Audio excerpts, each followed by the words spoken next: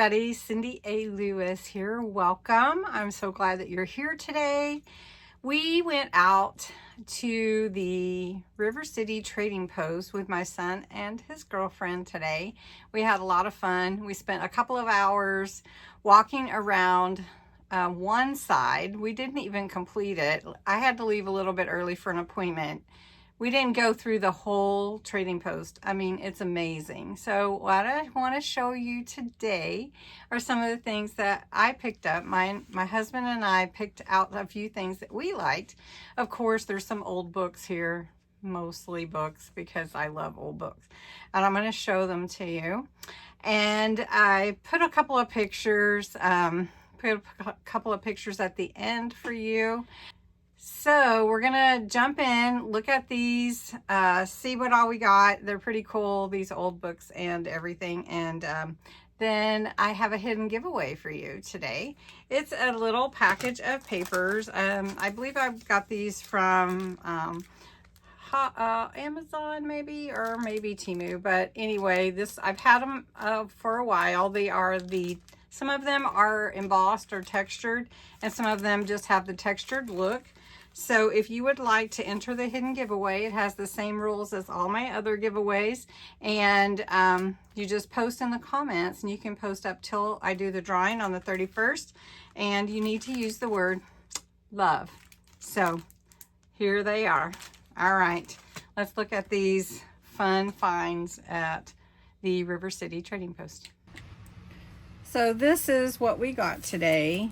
And some of it was half price, some of it was on sale.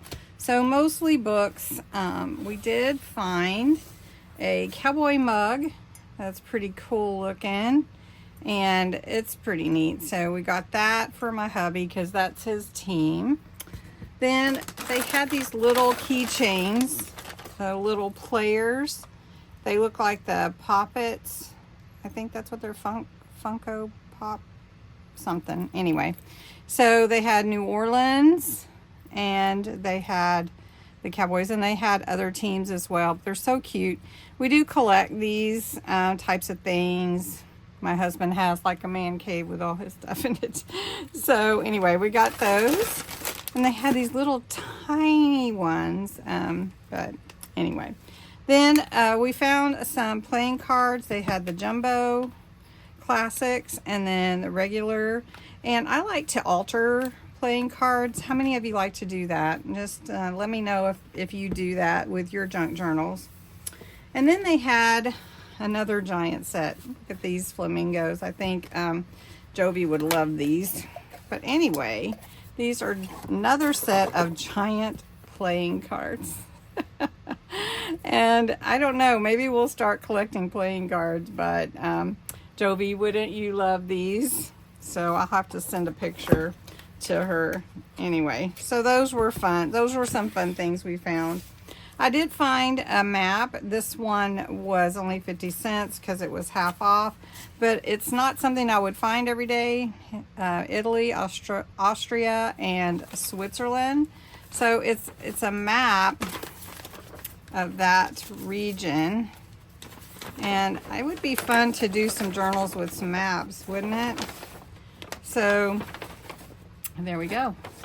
There's Switzerland and Germany, and there's a little bit of Germany.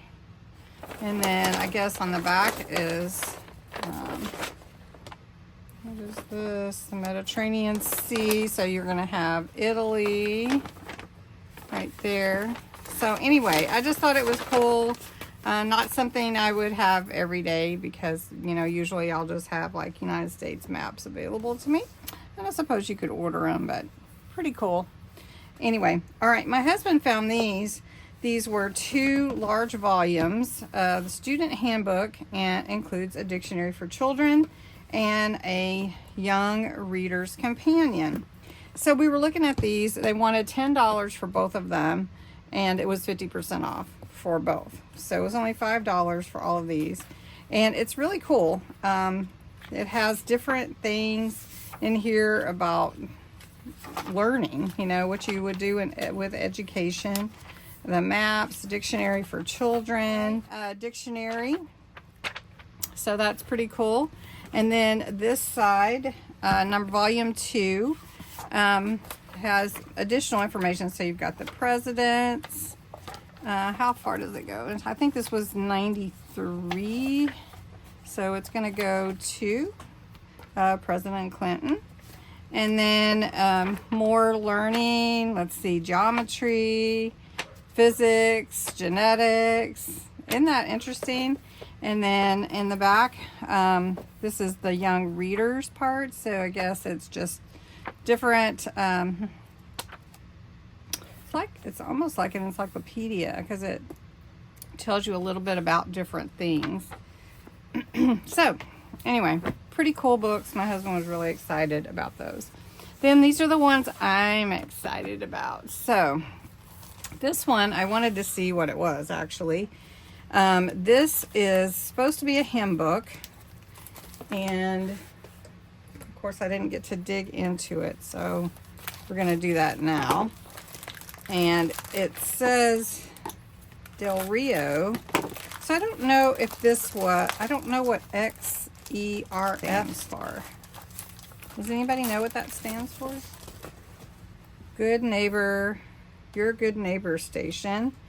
Maybe it's a radio station. Do you think? Yeah, because it says 1570 on your dial. And then it has all these cool old hymns. Isn't that neat? I wonder what year this is produced. In 1952. Wow. These are just old hymns. That's all it is. So that was like $3. Then Plain English Handbook. I thought this was really, really cool. This was from 1948. And I'm hoping you can see good. So I love these old pictures that they have in these older books. This is how to complete sentences, compound sentences, prepositions. It just talks about verbs, all these English things we need to learn about language, right? Do you remember doing these sentence diagrams? I do. I remember these. Where did it go? Sentence diagrams. Yeah, pretty cool. I don't know if they do that anymore. Do they? Typing letters, creative expression, conjunction, junction, what's your function? And then, of course, an index in the back. So, pretty cool. Yeah, got that one. This one is amazing. This one's from 1897, I believe. I love the way they wrote back then. So 1897 by the American Book Company. This is the school reading by grades, Baldwin Reader, 6th and 7th years combined. And then it's just reading. So, and it's in such amazing shape. It's just from that long ago to be in this wonderful shape. No, I am not going to cut anything out of this book. I told my son I'm buying all these books for his inheritance, just so he knows. And he said, thanks, Mom. Pretty cool, right? All right, then this one we could play with our sewing journals and stuff. This one is a Singer sewing machine, little manual. And it has some really cool pictures in it from old sewing machines. It's from 1929. And it just tells you how to use your sewing machine. Isn't that neat? I think it's neat. Anyway, yeah. Then this one is a child story reader. And this is a 6th reader. Look at the picture inside. And this is from 1929 also. And it's in great shape. I mean, it really is. In the paper, I noticed the papers are always different in these older books. So, anyway, Adventures of a Sailor. Maybe I should read some of these. That would be fun. If they're not copyrighted, where I get in trouble. Okay, this is a Primmer. And this one belonged to Marjorie. And it has the pledge in the front, but it's so old, it was before In God, Under God. One Nation Under God was added, just had one nation. And this is from 1929. So I know there was a time when that was added, and I don't remember what year. But look at this reader. Isn't that cool? Do not cry, little boy. Do not cry, little squirrel. Do not cry, little fox. Do not cry, little rabbit. Oh, I can make the goat go home. You little bee, you cannot make the gate go. All right, then this one, Three Bears. The Three Bears.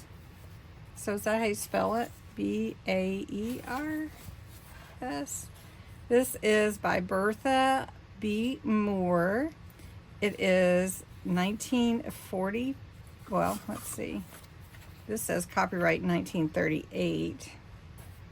Printed in the United States. The Three Bears. Makes me want to say bears. Of course, you all know the Three Bears ever since you were little. But do you know about the Three Bears? They were triplets. Okay, so she explains it in the first sentence. So now we have to read this story to find out about the Three Bears. How funny is that? I did not know about them. No, that is the first time learning. So this book, isn't this neat? It's imprinted in here like a debossed or embossed. And it's the Lincoln Extension Institute Inc. in Cleveland, Ohio, USA. And look at the paper. It's kind of blue. And to the student. And let's see, 1949. And this is the economy of manufacturing. Oh, there's stuff in here. Look at that. So this is, oh, it's glued in or taped in or something. Calculating the rate of fixed financial charges. Okay. And then this one also, and this is a chart, organization chart, and how the general manager is over the factory manager, who's over the general superintendent. And there's 3 divisions, and there's superintendents under those divisions, and who they report to. That's pretty cool. And then, oh, here's another one. And the factory manager and their organizational chart. And that's really neat that they did this. So, all right, and the last one is the 6th reader in the state of Kansas. This was Ralph Gerald Cash. And here's the pledge again. And this is from 1924. This note, this book is guaranteed to be perfect in every particular of workmanship. If any defect or flaw is found in it, the people will at once return it to the dealer, who will exchange for another book without cost to the people. That's cool. Daniel Boone, Runaway Freight, Sandpiper. So it's just a reader, but how awesome. It does have little water damage, so I don't think it would be of value to anyone, so we could definitely play with this one, but pretty neat, right?